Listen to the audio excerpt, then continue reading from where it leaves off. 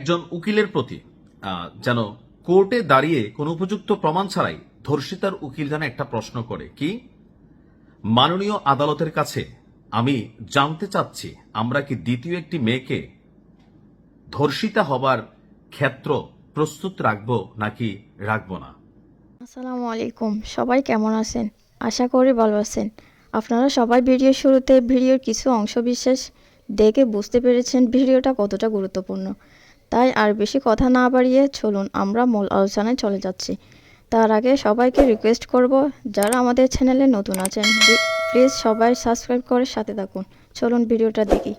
একজন উকিলের প্রতি যেন কোর্টে দাঁড়িয়ে কোনো উপযুক্ত প্রমাণ ছাড়াই ধর্ষিতার উকিল যেন একটা প্রশ্ন করে কি, মাননীয় আদালতের কাছে আমি জানতে চাচ্ছি আমরা কি দ্বিতীয় একটি মেয়েকে ধর্ষিতা হবার ক্ষেত্র প্রস্তুত রাখবো নাকি রাখবো না। অর্থাৎ তিনি যেটা বুঝতে চাইছেন, রামিসা তো শেষ, এখন আরেকজন রামিসারিকে আমরা রেডি রাখবো কোনো সোহেলের জন্য। আজকের এই ভিডিওটা সর্বোচ্চ শেয়ার আহ্বান জানিয়ে শুরু করছি।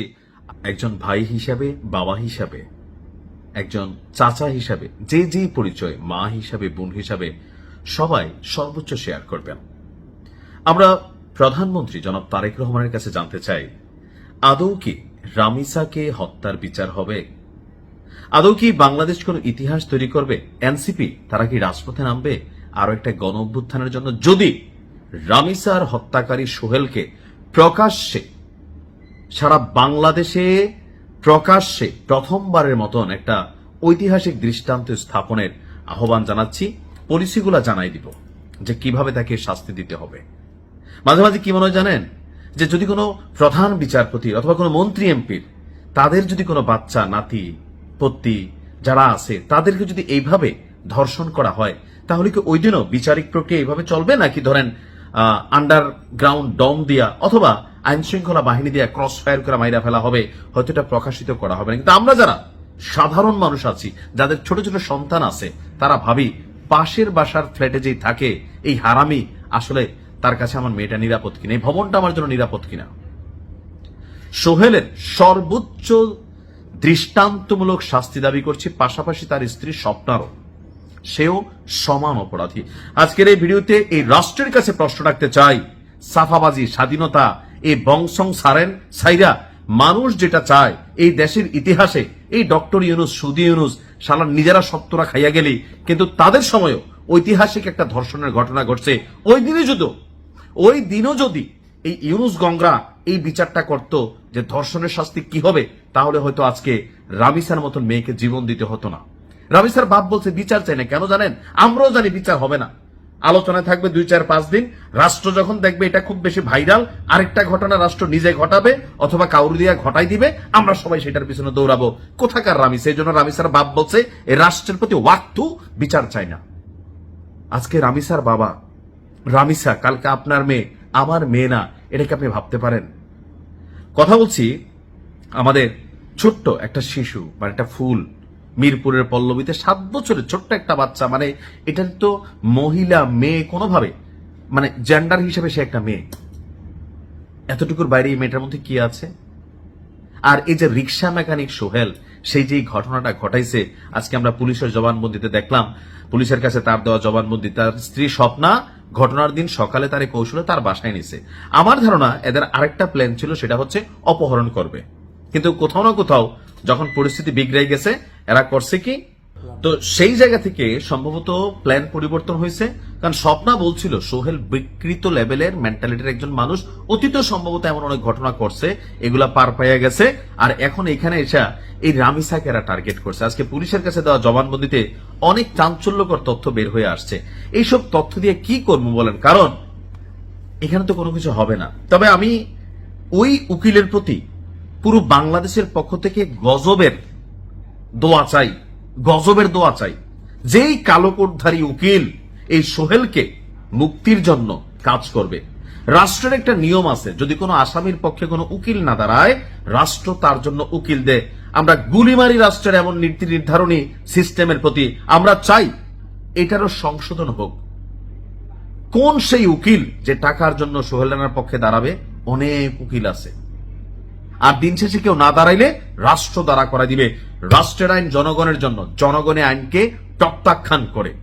প্রধান বিচারপতি, যারা আইন প্রণেতা আছেন, যারা এই রাষ্ট্রের কলাকুশলী আছেন, আপনাদের কাছে জানতে চাই, এই ঘটনাগুলোকে আপনারা কি পলিটিক্যাল পয়েন্ট অফ ভিউতে দেখেন নাকি আসলে মানবিক দৃষ্টিতে দেখেন? আওয়ামী লীগ সরকারের আমল থেকে শুরু করে স্বাধীনতার এত বছর এই দেশে অনেক উন্নয়ন হয়েছে, এই হয়েছে সেই হয়েছে, কিন্তু একটা জিনিস ঘটে নাই, কোন ধর্ষণকারী এই দেশে শাস্তি পায় না। যখন ঘটনা ঘটে আমরা কথা বলি, কিন্তু ফাইনালি আসলে কিছুই হয় না। তবে আমি একটা আহ্বান জানাতে চাই, যদি রামিসা হত্যার দৃষ্টান্তমূলক বিচার না হয়, সারা বাংলাদেশের কন্টেন্ট ক্রিয়েটাররা আমরা আমাদের জায়গা থেকে এটা নিয়ে কিন্তু ভাই খেলবো। আবারও বলে দিচ্ছি, খেলবো। যে উকিল তুমি তার পক্ষে দাঁড়াবে, তোমার 14 গোষ্ঠীর সাথে খেলবো। যেই সিস্টেম তার পক্ষে দাঁড়াবে, সেই সিস্টেমের বিপরীতে আমরা খেলবো। কন্টেন্ট ক্রিয়েটার হিসাবে আমি আমার জায়গা থেকে ওয়াদা করে গেলাম, কারণ আমার নিজের একটা মেয়ে আছে 9 বছরের, আমি তার নিয়ে ভয় পাচ্ছি। পাশ্চাত্যের আভিজাত্যের জীবন ছেড়ে আমি এখন নিজে বাংলাদেশে আছি, আমি তো ভাই গ্যারান্টি দিতে পারি না আমার বাচ্চার সাথে কি ঘটবে। সো আমরা যারা কন্টেন্ট ক্রিয়েটাররা আছি, অনেকে আমার ভিডিও দেখেন, এটা নিয়ে আমরা কিন্তু একটা মুভমেন্টে যাব, সারা বাংলাদেশ কাঁপাবো। সরকার সাধু সাবধান হয়ে যান, কিন্তু এইটা নিয়ে কোন রকম 900 মার্কা পলিটিক্যাল বক্তব্য দিবেন, বাঙালি এবার জায়গা উঠবে। কারণ রামিসার পর টার্গেটকে আজকে এই সোহেল রিক্সা মেকানিক, হাজার সোহেল আমার আপনার আশেপাশে ঘাপটি মেরা বৈশা আছে ভদ্রলোকের বেশে। হাজারো স্বপ্না রামিসার মায়ের সাথে পাশের বাসার ভাবি হিসাবে পরিচয়, আপনি বিশ্বাস করতেছেন পাশের বাসায় যাচ্ছে, এখন না যাইও কি পারবে? কিন্তু ভয় তৈরি করতে হবে। ঘটনা কি করতে হবে, আমরা একটা আইডিয়া সরকারের দিয়া দেই, রেসকোর্স ময়দানে তারা লটকাইতে হবে। সারা বাংলাদেশের কন্টেন্ট ক্রিয়েটার থেকে শুরু করে টেলিভিশন চ্যানেলগুলো লাইভ ব্রডকাস্ট করবে। মানবাধিকার কমিশন কথা তুললে তাদের মায়েরে বাপ কইরা ফুডা কইরা দিতে হবে। সোজা কথা, যে বাঙালি কি পারে, মানবাধিকার কমিশনের মায়েরে বাপ, এরা আবার আসে এগুলোর মধ্যে। তারপরে করতে হবে কি, একবারে একদিনে শেষ করা যাবে না, তারা জিন্দা রাখতে হবে। তিলে তিলে তার নুনুর গোড়ার মধ্যে যতটুকু লোড নিতে পারে একটা ইট পাথর ঝুলাই দিতে হবে।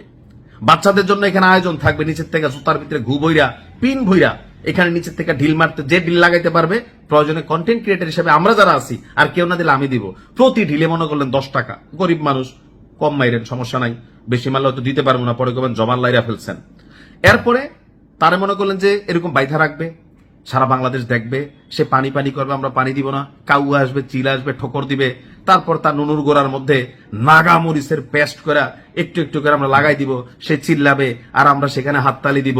সারা বাংলাদেশে যে লুকায়িত সোহেলগুলো আছে, রিক্সা মেকানিক, আর যেই মেকানিক হোক, যেই বেশে হোক, অনেক ভদ্রলোক এই কাজ করে, তারা দেখবে দিনের যতক্ষণ তার দম না যায়, প্রতিদিন তার নুনুর গুলোতে নাগামরিচ পেস্ট দিতে হবে।